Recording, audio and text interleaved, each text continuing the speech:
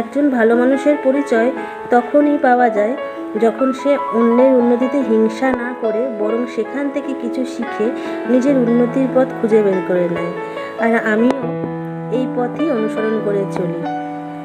তো good morning বন্ধুরা, কেমন আছো তোমরা সবাই? আশা করি সবাই খুব ভালো আছো। আমার আরও একটি নতুন ব্লগে তোমাদের সবাইকে স্বাগত। তো এই যে দেখো, সকালবেলায় এই যে বরকে বালিশগুলো না ছাদে দিতে বলছি, কারণ এত গরম পড়েছে যে বালিশগুলো পুরো গরমে ভিজে যায় জানো না। সেই জন্য একটুখানি এই যে দেখো রোদের মধ্যে, রোদ একটু পরেই আসবে, ওই দিকটায় দেখতে পাচ্ছ না যে রোদ এসছে, একটু পরে এই দিকটা চলে আসে, বালিশগুলো বেশ সুন্দর গরম হয়ে যায় আর মানে গন্ধ হয় না ঘামের। আর এই যে আমি জল ভরছিলাম, দেখতেই পাচ্ছিলাম মগে করে, কারণ ওই গাছেতে জল দেবো। আর বাইরের ওয়েদারটা দেখো একদম ঝকঝক করছে। এই যে আমি গাছগুলোতে জল দিয়ে দিচ্ছি। কত ছোট ছোট চারা গাছ বেরিয়েছে জানো, এগুলো সব অপরাজিতা গাছের চারা। যেহেতু ওপরে নিয়ে এসেছি সেই জন্য এখনও দেখো কত সুন্দর আছে গাছগুলো। না হলে ইঁদুরে এতক্ষণে ইঁদুরের পেটে চলে যেত, আর না হলে কেটে কেটে গোড়াগুলো কেটে ফেলে রেখে দিত। তো যাই হোক, গাছের গোড়ায় জল দিয়ে নিয়ে সকাল সকাল দিলে ভালো থাকে, গোটা দিন তাহলে আমাকে জল দিতে লাগে না। তো গাছের গোড়ায় জল দিয়ে দেখো নিচেই চলে এসেছি। এবার আর কি আরও যেসব কাজকর্মগুলো আছে সেগুলো কমপ্লিট করব। তার আগে এই যে মুখ আর ধোয়া সব হয়ে গেছে, আমারও হয়ে গেছে, আমার বরেরও হয়ে গেছে। মুখ ধুয়ে একদম ফ্রেশ হয়ে চলেই এসেছি।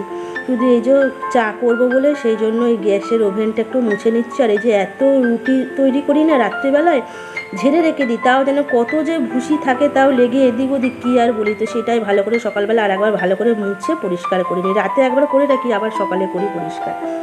তো এই যে ওইখানটা পরিষ্কার করে ওভেনের জায়গাটা আর ওভেনটা, তারপরে দেখো বেসিনটা মেজে নিচ্ছি। আমি প্রত্যেক দিনই বেসিনটা একবার করে সকালবেলায় মেজে নিই, তাহলে কী হতো গোটা দিনটা আর আমাকে মাজতে লাগে না, আর বেসিনটা পরিষ্কারও থাকে। সেই জন্য দিনে একবার করে আমি ভালো করে মেজে ধুয়ে নিই।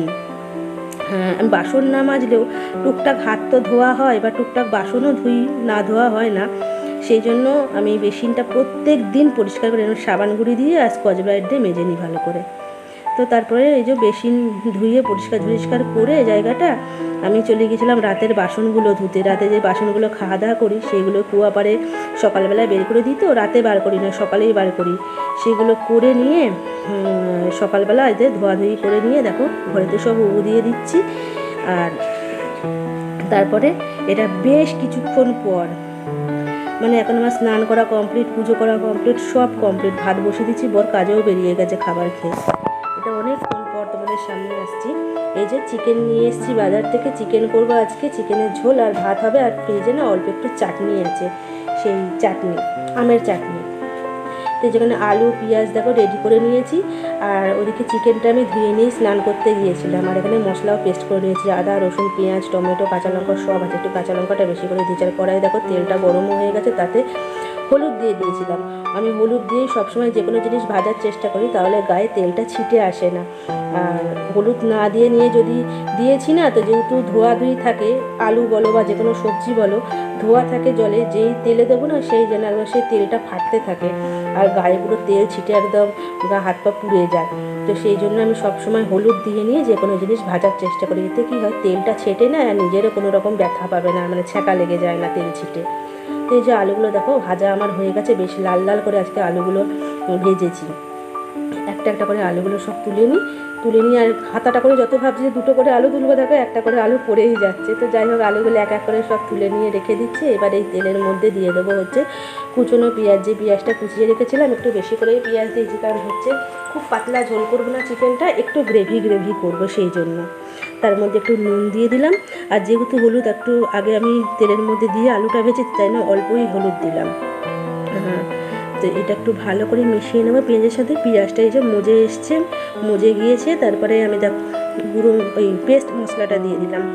আদা রসুন টমেটো কাঁচা লঙ্কা যেটা পেস্ট করে রেখেছিলাম, সেই পেস্ট মশলাটা দিয়ে দিলাম। এটা একটু নাড়াচাড়া করে নিয়ে দিয়ে দেবো হচ্ছে রোজের যে গুঁড়ো মশলা আমরা ব্যবহার করি, আমি ব্যবহার করি বা আমরা সবাই যে ব্যবহার করি, সেই গুঁড়ো মশলা দেবো। এই যে দেখো ভাজা জিরের গুঁড়ো দিলাম। আমি সবসময় তরকারিতে যে কোনো তরকারিতে আমি ভাজা জিরের গুঁড়ো ব্যবহার করি। জিরেটা ওই গোটা জিরেটা কাঠখোলায় ভেজে নিই, জিরে বলো বা গোটা ধনে ভেজে নিয়ে আমি মিক্সিতে গুঁড়ো করে নিই, সেটাই ব্যবহার করি। আর একটু দেখো ধনে গুঁড়ো জিরে গুঁড়ো দিলাম, আর একটু লঙ্কা গুঁড়ো দিলাম, যাতে রঙটাও লাল লাল আসে আর একটু ঝালঝালও হয়। কাঁচা লঙ্কা দিয়েছি তাই খুব বেশি পরিমাণ লঙ্কা গুঁড়ি দিলাম না, পরিমাণ মতোই দিলাম।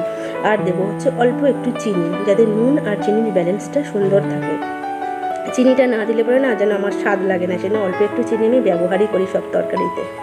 তো একটু ভালো করে মশলাটা কষে নিয়ে চিকেনটা দিয়ে কষবো। তো দেখো এই যে মশলাটা ভালো করে কষে নিয়ে চিকেন আলু দুটোই একসাথে দিয়ে দিয়েছিলাম, দিয়ে এবার বেশ ভালো করে কষে নেবো। কষে নিয়ে তারপরে দিয়ে দেবো ঝোলের জন্য জল দিয়ে দেবো। তো আমি চিকেন করলে এইভাবেই করি, তো খেতে খুব ভালো লাগে। এরকম সময়ও আর কি তুলে নেওয়া যায়, কারণ চিকেনটা আমার বেশিরভাগটাই কষতে কষতে সেদ্ধ হয়ে যায়। শুধু জল দিয়ে অল্প ওই 2-3 মিনিট মতো রাখি, ফুটতে দিই টকবক করে, তারপরে নামিয়ে নিই। তো এই যে দেখো আমার চিকেন একদম রেডি, লাল লাল চিকেনের ঝোল আমার বড় এসে গেছে। এবার খাবার খেতে দেবো, খেয়ে দিয়ে নিয়ে এবার একটু রেস্ট নেবো। আর ভাত তো আমার আগেই হয়ে গেছে, ভাত নামানোও আমার হয়ে গেছে আগেই। এবার আর কি বরকে খেতে দেবো। তো চলো বন্ধুরা, আজকে এই পর্যন্ত। সবাই খুব ভালো থেকো, সবাইকে টাটা।